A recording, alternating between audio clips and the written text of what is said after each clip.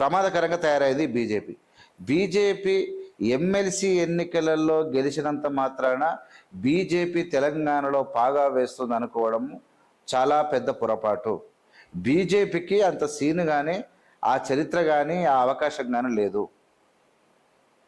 ఎమ్మెల్సీల ఎన్నికలు గెలవడానికి అదొక కారణం. మల్క కుమరే అనేటువంటి ఇక్కడ డిపిఎస్ స్కూల్ ప్రతినిధి, ఆయన ఎప్పటి నుంచో ప్రొఫెసర్ నాగేశ్వరరావు అన్ని వీడియోలలో ఆయన టోటల్ అడ్వర్టైజ్మెంట్ ఇచ్చి అందరి లిస్టు తీసుకొని, గ్రాడ్యుయేట్స్ లిస్టు తీసుకొని, టీచర్ల లిస్టు తీసుకొని బీజేపీ వరుసగా వాళ్ళ ఇంటికి 10 సార్లు కలుస్తూ వాళ్ళకు కావాల్సినవి ముట్ట చెప్తూ ప్రామిస్ చేసింది. ఇప్పుడు ప్రామిస్ చేయడం వల్ల అదో సైడ్ ఈ కాంగ్రెస్ పార్టీ పట్టించుకోకుండా కాంగ్రెస్ పార్టీ నెత్తి మీద ఒక కుంపటి తయారైంది. తీర్మార్ మల్ల నవోదికరాకులు బీసీ మీటింగ్లు జరుగుతూ ఉన్నాయి, ఇక్కడ కులగణన ఒకటి జరుగుతూ ఉన్నది, ఇక్కడ పథకాలు చేయాలి, ఇలా టోటల్గా ఈ అప్పుల రాష్ట్రాన్ని ముందుకు తీసుకుపోవాలి, ఇలా అవినీతితో కూరుకుపోయిన రాష్ట్రాన్ని ఒక మార్గంలో పెట్టాలంటే మీడియా తీసుకొని సోషల్ మీడియాతో బీఆర్ఎస్ దాడి చేస్తూ ఉన్నది, బీజేపీ కుట్రలు పడుతూ ఉన్నది. వీటన్నిటి ఆధారంగా Congress party is unable to concentrate MLC elections. So that అక్కడ కూడా టఫ్ అంటే టఫ్, నెక్ టు నెక్ జరిగింది. బీసీ నినాదం తీసుకొచ్చి బీసీల ఓట్లు పక్కకు చీల్చిన తీర్మార్ మల్లంట లాంటి వ్యక్తి కాంగ్రెస్లో ఉండి ఓట్లని మొత్తం పక్కకు దొబ్బినా, బీజేపీ కుట్రలు వండి అడ్డగోలిగా డబ్బులు వంచినా కాంగ్రెస్ ఎక్కడ లూజ్ కాలే. ఇక్కడ హర్షవర్ధన్ రెడ్డి, శ్రీపల్లి అంతా వెరీ టఫ్ ఫైట్ ఇచ్చిన వాళ్ళు, సింగిల్ మ్యాన్గా కొట్లాడారు. ఇప్పుడు ఈ ఖమ్మం, వరంగల్, నల్గొండ గ్రాడ్యుయేట్లు అయితే సింగిల్ క్యాండిడేట్లు కొట్లాడారు, ఎవరు పోలే వాళ్ళ దగ్గరికి ప్రచారానికి కూడా. వాళ్ళ ఫైట్ని అప్రిషియేట్ చేయాలి. కానీ బీజేపీ మ్యాక్సిమం రామచంద్రరావు ఉన్నప్పుడైనా, లేకుంటే ఇంతకు మొదలు ఉన్న ఏవిఎన్ రెడ్డి ఉన్నప్పుడైనా, ఇప్పుడైనా వాళ్ళు ఒక ఎమ్మెల్సీల టైంలో, ఎంపీల టైంలో మరి ఏం చేస్తున్నారో అర్థమవుతలేదు. కార్యకర్తలకు అడ్డగోలిగా ధరలు పెంచి, జిఎస్టీలు పెంచి దేశ ప్రజల కడుపు కొట్టి ఉన్నట్టు పైసలు కుప్పలు తెప్పలు 200 లక్షల కోట్ల అప్పులు చేసిరు, మొత్తం ప్రైవేటీకరణ చేసిరు. వీళ్ళు పంచుతారా అంటున్నా పాగా వేయడానికి ఇప్పుడు. కానీ ఇక్కడ నేను ఒక హాట్ కామెంట్ చేయాలనుకుంటున్నాను, ఒక డేంజరస్ ఒక కామెంట్. పేద ప్రజలు, నిరుపేదలు, చదువుకోని వాళ్ళు, కూలీలు, రైతులు, కూలీనాలు వీళ్ళంతా బీజేపీ మాటలో ఇట్లా ఎంటికతో తీసి ఇట్లా ఊతురు.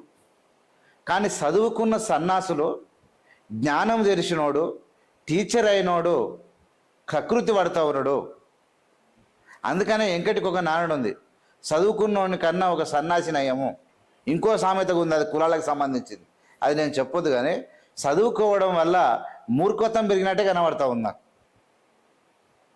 గ్రాడ్యుయేట్స్ అయ్యండి, సమాజం మీద అవగాహన, దేశం మీద అవగాహన, ప్రైవేటైజేషన్ మీద అవగాహన లేకపోవడము, నిరుద్యోగం మీద అవగాహన లేకపోవడం, ఈ దేశ దుస్థితికి కారణం ఎవడో అవగాహన కల్పించుకోలేకపోవడము. ఈ గ్రాడ్యుయేట్ సైడ్ సిగ్గుతో తలదించుకోవాలి.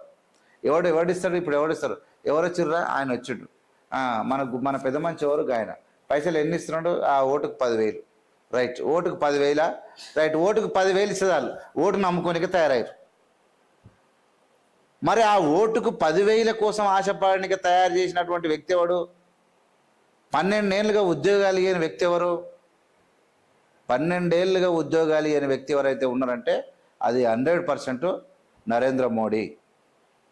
85% నిరుద్యోగం ఈ దేశంలో తాండవిస్తూ ఉంటే రాము ఉన్నాడు మనోడు, ఏం పని లేదు. కానీ ఈ దేశంలో చదువులు ఎంత దౌర్భాగ్యంగా ఉన్నాయి. ఈ చదువుకొని రాయనిక చదవనిక తప్ప పరిజ్ఞానం లేని చదువులని అర్థమవుతా ఉన్నది. చదువుకున్న ఒక సన్నాసి కూడా ఎవరి కోటేయాలనేటటువంటి, ఈ దేశాన్ని, ఈ సమాజాన్ని మార్చాల్సినటువంటి చదువుకున్న సన్నాసులు పైసలు ఇస్తే ఓట్లు వేసారంటే ఎంత సిగ్గులేని వ్యవహారం. ఇలాంటి వాళ్ళు ఈ దేశంలో ఉండి వీళ్ళు ఏం ఉద్ధరిస్తారు? అందుకనే ఇంతకుముందు కొంతమంది అన్నారు, ఈ దేశంలో ఉన్నటువంటి యువత ఈ దేశానికి ఒక ప్రమాదకరంగా మారింది. చదువు ఉన్నది, స్కిల్ ఉండదు. చదువుకుంటాడు వాడు, స్కిల్ ఉండదు. ఇప్పుడు చదివేటప్పుడు ఏం చేస్తారు? నక్క చిట్టీలు కొట్టాలి, దొంగ సర్టిఫికెట్లు కొనాలి, ఫేక్ సర్టిఫికెట్లతోని దొంగ తెలుగులు తప్ప ఈ దేశానికి బాగుపరిచే తెలివి గ్రాడ్యుయేట్స్లో లేకపోవడం మన కర్మ. చదువుకున్న వాళ్ళ దగ్గర ఈ దేశాన్ని మారవాలే, ఎవడు దొంగ, ఎవడు దొర, ఎవడు సమాజ శ్రేయస్సు కోసం పనిచేస్తున్నాడు, ఎవడు సమాజాన్ని దోచేస్తున్నాడు, ఈ దేశానికి ప్రైవేటీకరణ మంచిదా, నేషనలైజేషన్ మంచిదా, జాతీయకరణ మంచిదా, ప్రైవేటీకరణేషన్ మంచిదా? ప్రైవేటీకరణ మంచిదా? ప్రైవేటీకరణ ఏంది? ఓ గాడిద కొడుకు చేతిలో మన దేశ సంపద పెట్టడము. గవర్నమెంటైజేషన్ అంటే ఏంది? అంటే వచ్చినటువంటి ఇప్పుడు ఎస్బీఐ బ్యాంకులు కానీ, బ్యాంక్స్ కానీ, పెట్రోలియం కానీ, రైల్వేస్ కానీ, ఎయిర్పోర్ట్స్ కానీ, సీపోర్ట్స్ కానీ, other organisations should run by the government. The benefits of those organizations should go to the government. The government will serve the people. వచ్చిన లాభాలన్నీ గవర్నమెంట్ కోవాలి, గవర్నమెంట్ ద్వారా ప్రజలకు అందాలి, ప్రజల నుంచి ప్రభుత్వానికి రొటేషన్ జరగాలి, చైన్ సిస్టమ్ అనేది జరగాలి, చైన్ సిస్టమ్. కానీ ఈ దుర్మార్గుడైన నరేంద్ర మోడీ ఏం చేస్తాడంటే ప్రైవేటీకరణ చేసాడు. చైన్ సిస్టమ్ అంటే ఏంటంటే ఒక పెద్ద దయ్యం ఏంటంటే దయ్యం అంటే లేదు కానీ ఈ గుజరాత్ వల్ల పెద్ద దయ్యాలు. ఈ పేద దయ్యం ఒక కంపెనీ పెట్టింది. ఇప్పుడు మనకు జియో ఉంది, లేదంటే టాటా ఒకటి పక్కన పెట్టండి, జియో ఉంది, లేదంటే అనేక కంపెనీలు ఉన్నాయి. ఈ కంపెనీలన్నీ గుజరాత్ వాడు పెడతాడు, సంస్థలు పెడతాడు. వాడు ఏం చేస్తాడంటే ఆ సంస్థలకు వచ్చేటువంటి ఆ ఇష్టం వచ్చిన ధర పెంచుతాడు. పెంచి ఏం చేస్తాడంటే వచ్చినట్టు లోపటేసుకుంటూ లాభాలు మొత్తం వాడు తీసుకొని విదేశాల్లో పోయి దాపెడుతుంటాడు. ప్రజలు ఏం చేస్తారు? ఆ లాభాలు ప్రభుత్వానికి వస్తే ఆ ప్రభుత్వ సంస్థలు గట్టికుంటే ఉద్యోగాలు ఇవ్వగలుగుతుంది, ప్రజలకు వచ్చే విపత్తులను తీయగలుగుతుంది, ప్రజా సమస్యలు తీరుతాయి. ప్రజలకి ఏ ఆపద వచ్చినా గవర్నమెంట్ తన సంపద ఉండాలి. కానీ దుర్మార్గుడైనటువంటి బీజేపీ దుర్మార్గమైంది. 200 లక్షల కోట్ల అప్పులు చేసి దేశ ప్రజల మీద రుద్ది ఇలా నాశనం చేసి ప్రైవేటీకరణ చేస్తూ ఉంటే చదువుకున్న సన్నాసులు బీజేపీ ఎమ్మెల్యేలు గెలిపిస్తున్నారు. చదువుకున్న వాళ్ళు గ్రాడ్యుయేట్స్ అయ్యా, వాడు 10,000 ఇస్తే వాయబ్బో మీరు జొల్లు కాల్స్తారు. మా వాళ్ళు 10,000 ఇస్తే వానికి వంగి దండాలు పెట్టడానికి తయారయ్యారు. అంటే మీకన్నా కూలి నాలీలు చదువుకోకుండా అజ్ఞానంలో ఉన్న టీవీలు పేపర్లు చూడని చదువుకోని వ్యక్తులు జ్ఞానంతో వేస్తూ ఉన్నారు. బీజేపీని ఎక్కడ పెట్టాలనో అక్కడ పెడతా ఉన్నారు. కానీ చదువుకున్న సన్నాసులే ఇలా మొత్తం వెనకబడిపోతూ ఉన్నారు. నేనేమంటున్నా అంటే ఇప్పుడు సన్నాసులు అంటే మేమందరం అదే కిందికి వస్తా లెక్క. నేనేమంటున్నానంటే ఒక ఇంటర్మీడియట్, ఒక 10th క్లాస్ చదివితేనే ఒక జ్ఞానం వస్తుంది మనిషికి. ఏం జరుగుతుంది ఈ దేశంలో ఏం జరుగుతుంది?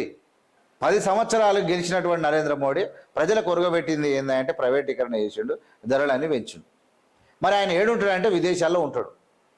ఏం చేస్తాడు? ఎవరెంబడి ఉంటాడంటే అదాని అంబానీ ఎంబడి తిరుగుతాడు. మరి ఏమైనా ప్రాజెక్టు కట్టి కాలబెట్టినంటే అది కూడా సక్కర్లేదు. మరి ఏంది ఆయన చేసింది అంటే ఎలక్షన్ల టైంలో హిందూ ముస్లింలు కొట్టాడ పెడతాడు. కాంగ్రెస్ గెలిస్తే పుస్తకాలు అమ్ముతాయని అబద్ధాలు చెప్తాడు. ఈ చెప్పే వ్యక్తి, ఇట్లా అబద్ధాలు చెప్పే వ్యక్తి ఇలా మళ్ళీ ముందరికి ప్రజల్లో ముఖం పెట్టుకొని వచ్చి గెలుస్తూ ఉన్నాడంటే ఇక మీ ఎడ్యుకేషన్ ఎందుకు మనకు? ఈ పాఠశాల చదివిన చదివేందుకు? పాఠశాలలో చదువుకున్న చదివేందుకు అంటున్నా? మనం నేర్చుకున్న జ్ఞానం ఏంది? మన దేశభక్తి ఏంది? మనం ఏం చేస్తున్నాం? కులాలకు మధ్యలో కొట్లాట, ప్రాంతాల మధ్యలో కొట్లాట. ఈ కొట్లాటలు కొట్లాడుకుంటూ వస్తూ ఉంటే, ఈ లొల్లి అవుతూ ఉంటే వెనకంగా మొత్తం దోపిడీ. ఇంకా తెలుగు ప్రజలను అయితే బీజేపీ నట్టేయడం వచ్చింది. ఆంధ్ర బ్యాంక్ అని ఒక బ్యాంకు ఉండే, ఆ బ్యాంకు మన ఆంధ్ర వాళ్ళది కాబట్టి పంజాబ్ బ్యాంకు పోలేదు. పంజాబ్ దగ్గర పోతే పండ్లు రాలగొడతారు వాళ్ళు. కానీ తెలుగు ప్రజలతో ఆంధ్ర బ్యాంక్ ఖతం అయిపోయింది. లేదు బ్యాంక్ అది.